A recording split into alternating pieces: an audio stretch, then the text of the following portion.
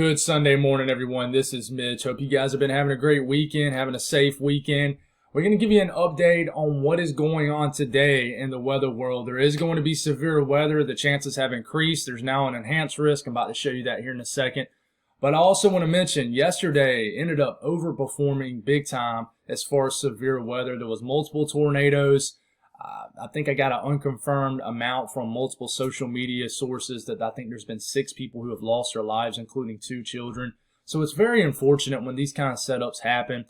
You know, when you see these 10%, these 5% risk, you never know when that 10 or 5% chance is going to be you or your family or somebody you know, and it seems so small, but that's why it's important to, it doesn't matter if you're getting weather from me, somebody from a local source, another weather YouTube channel. It's important to stay up to date with the weather because you never know when something's going to change your life forever. So that's why we're here. That's why we're doing this. We're going to give you an update on what is happening today because there is an enhanced risk again today, including areas of southeast Missouri, areas of Arkansas, and it's going to be another active weather day, you know, in the severe weather world. So if you guys have not subscribed, definitely consider doing that. Like the video if you like it.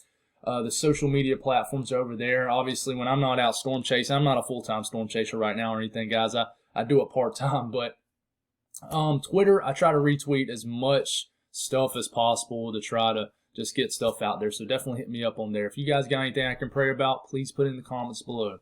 Gives me an opportunity to pray over it. Gives others an opportunity to do so too. And it's a great way to glorify God and look out for one another. So we're obviously praying for everybody affected in Iowa. It's very unfortunate that that system just totally, I mean, it didn't just overperform. It well overperformed. I mean, it was crazy. We had wedge tornadoes. It was just ridiculous. So here it is, another enhanced risk today, and they dropped it several hours ago overnight. Into the overnight hours, they dropped it. So who knows? It could trend higher. I don't know if it's going to trend to a moderate risk, but the enhanced area could be expanded either way. But there is an enhanced risk. This includes areas north of Little Rock, southeast of Springfield, Missouri, and this area right here. So the Ozarks are included. Areas the Quad States regions are unfortunately included. You know, y'all don't need anything after what y'all dealt with a few months ago back in December. But this is because there is a 10% chance of a tornado in this area, 25 miles on any given location. Like I said, you never know when your area is going to be that 10%.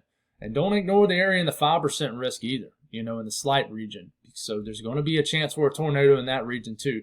There's going to be a damaging wind threat, you know, so it's a 30% chance of a damaging wind threat. This is actually pretty high in the same area where there's a tornado threat.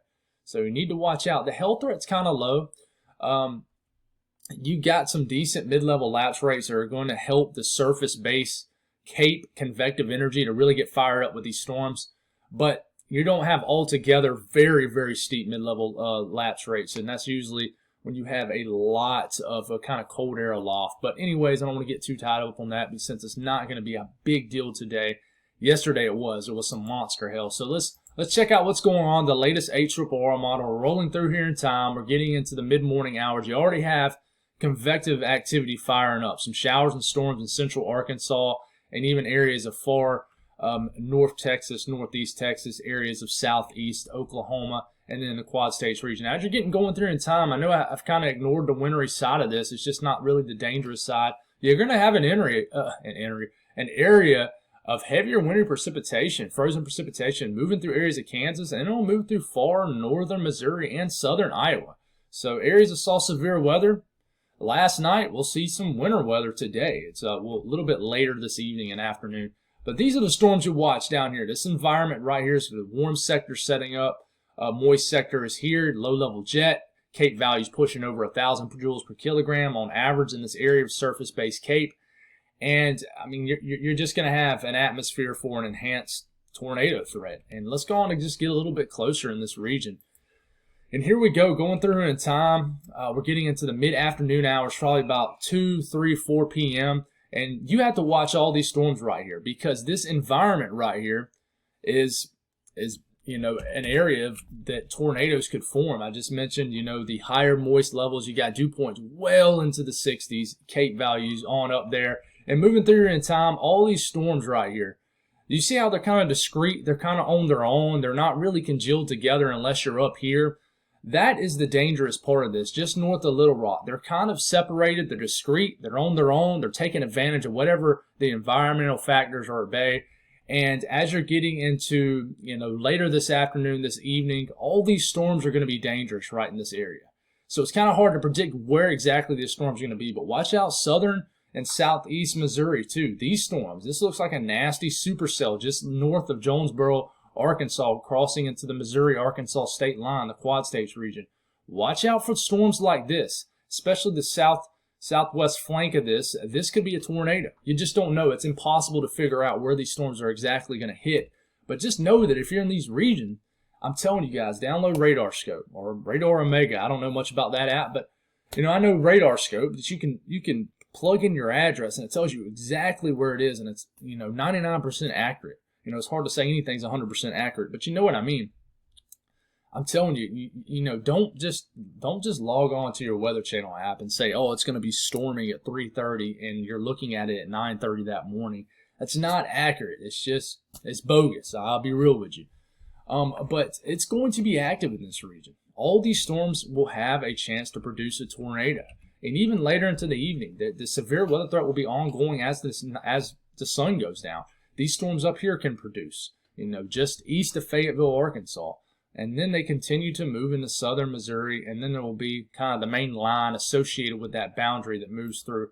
And really what's going on here, you look at the, as far as what's happened with the surface temperatures getting into this afternoon, it's not going to be scorching hot where the severe weather threat's going to be the highest. And normally it's not. Normally wherever the severe weather threat is the highest, that's normally really close to the boundary, right when you just have just enough higher dew points to work with. And temperatures are, like in this setup, are probably going to be in the 60s to 70s with the tornado threats the highest. But you're going to get enough surface warm air to deal with. But the boundary is going to be close by, meaning you're going to have pretty cool, stable air very close by as you're working into the afternoon hours and the evening hours. But the temperature is going to be in the 70s. You look at dew points right here. Dew points are, substantial. You got dew points rising into the 60s, pushing 70 maybe in some spots, which is definitely something we don't need, but you have dew points well into the 60s. Yesterday it was really cold core storms. It was incredibly impressive. Temperatures in the low 60s, upper 50s with wedge tornadoes.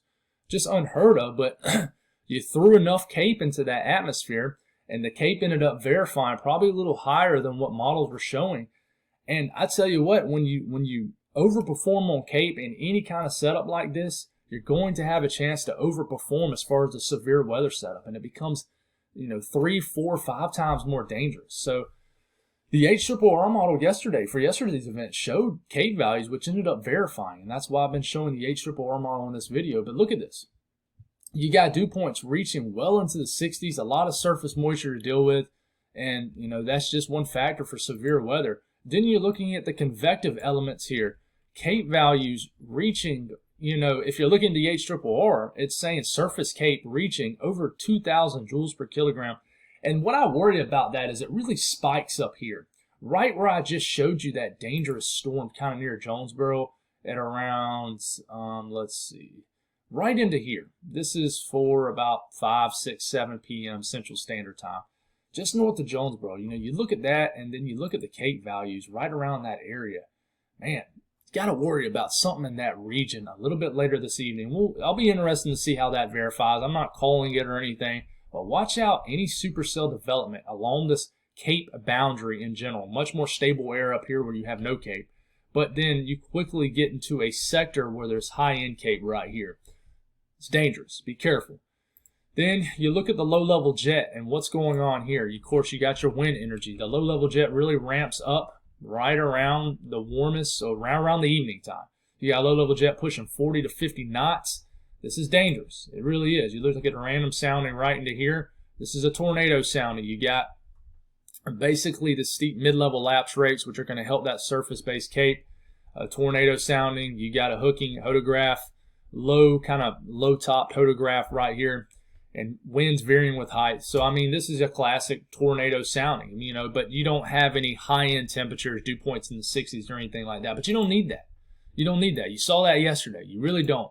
So this is definitely terrain in here where you certainly have more trees, more vegetation in general. You probably have a little bit more people that live in this region. And it just seems like this area has been under the gun with winter storms, severe weather events like crazy over the last 3 months. So you guys are definitely used to the crazy weather of the last few months. Stay safe in this region. It's going to be dangerous, and really be careful here. But you look at the significant tornado parameter, and it's pushing 5 in some areas, which is pretty elevated. So tornado threat will be the highest right in here, right where this boundary sets up here, just south of it.